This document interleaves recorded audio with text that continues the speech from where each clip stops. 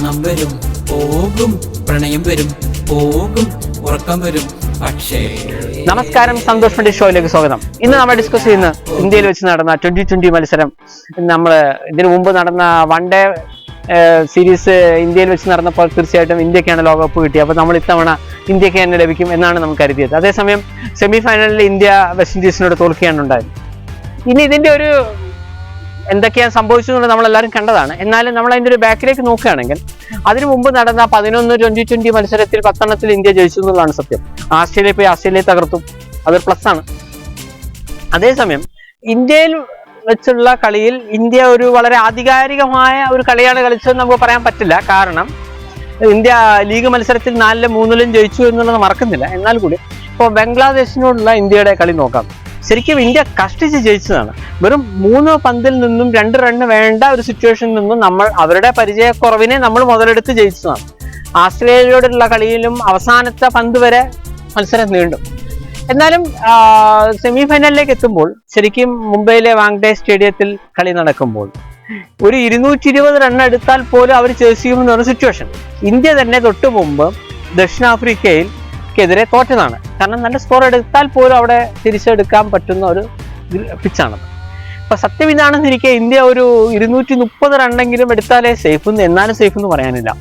അങ്ങനത്തെ ഒരു സിറ്റുവേഷനിൽ ഇന്ത്യ നന്നായിട്ട് തന്നെയാണ് കളിച്ചത്. പക്ഷേ ഒരു 192 എന്ന സ്കോർ ശരിക്കും അതൊരു പര്യാപ്തമല്ല.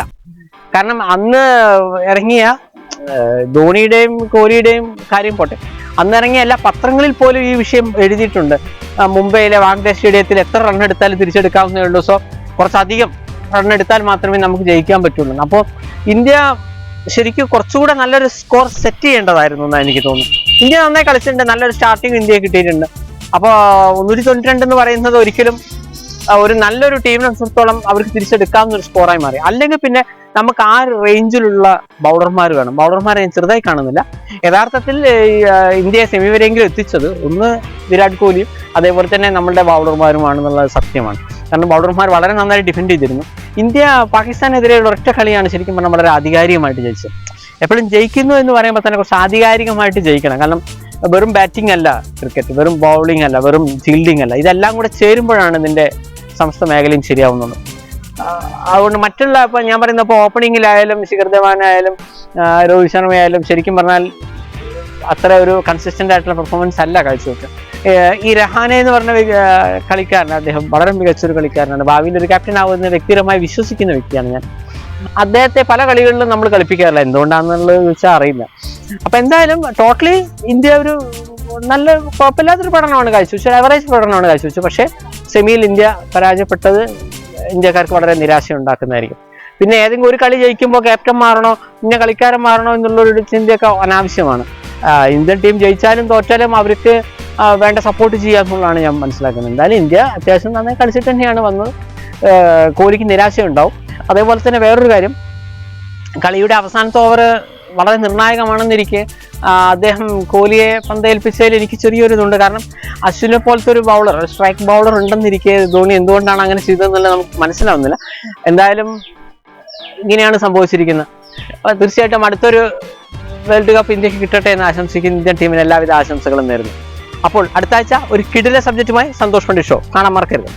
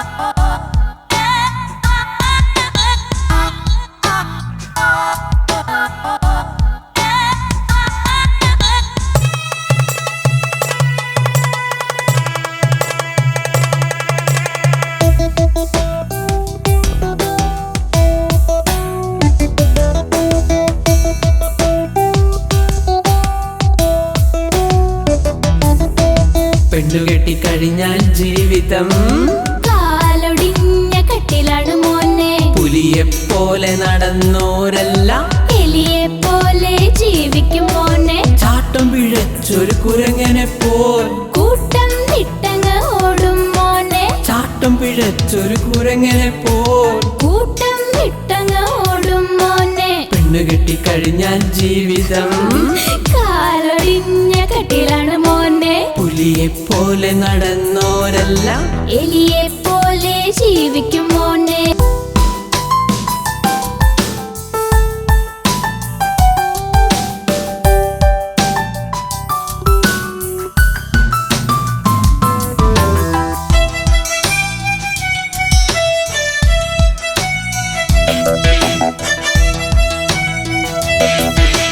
കച്ചകെട്ടിക്കളരിയിൽ കരുത്തൊന്ന് കാണിച്ചിട്ട് കാര്യമില്ലടാ ഇത് കലികാലം മോനെ പൊന്നുള്ള പെണ്ണ് മഞ്ചുള്ള പെണ്ണ് കെട്ടി വലിക്കുമെടാ അവൾ വമ്പത്തിയ മോനെ പഞ്ചാര വാക്കെല്ലാം പണിയില്ല നേരത്ത് തെറ്റ് ചെയ്യുമെടാ നിന്റെ കാശു പിടുങ്ങുമെടാ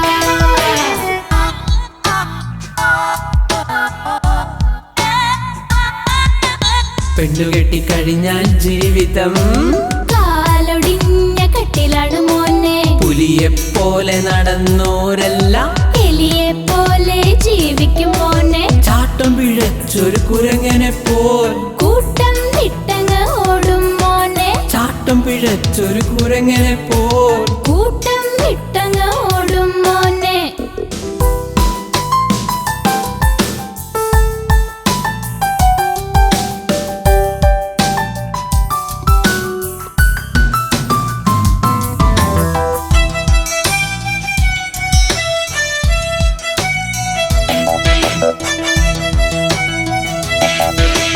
പിടിച്ചത് ഒന്ന് കിടച്ചത് ഒന്ന് യോഗമാണടാ നിന്റെ തലവരയാണടാ തലവര മാറ്റി പെയിന്റ് അടിച്ചാൽ കാര്യമില്ലടാ ഇത് കലികാലം മോനെ കരകണക്കടലിൽ സമനില തെറ്റി മാർഗം മുടങ്ങുമെടാ നീ മുങ്ങിച്ചാകുമെടാ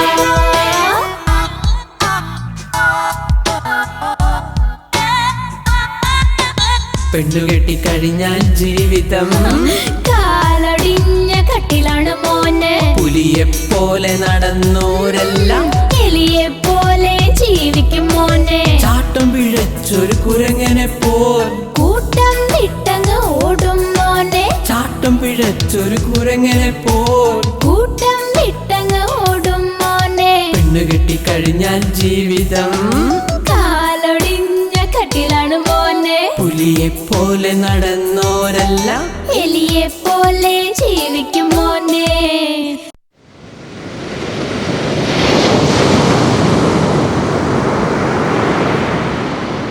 താഴ്വരമണി തരി ലാവണ്യ പൂശയിൽ ചമഞ്ഞു നീ മാലാകയായി കളകള സംഗീതം പൊഴിച്ചു നീ പട്ടുകാരി ചെയ്തോര കാഴ്ചയായി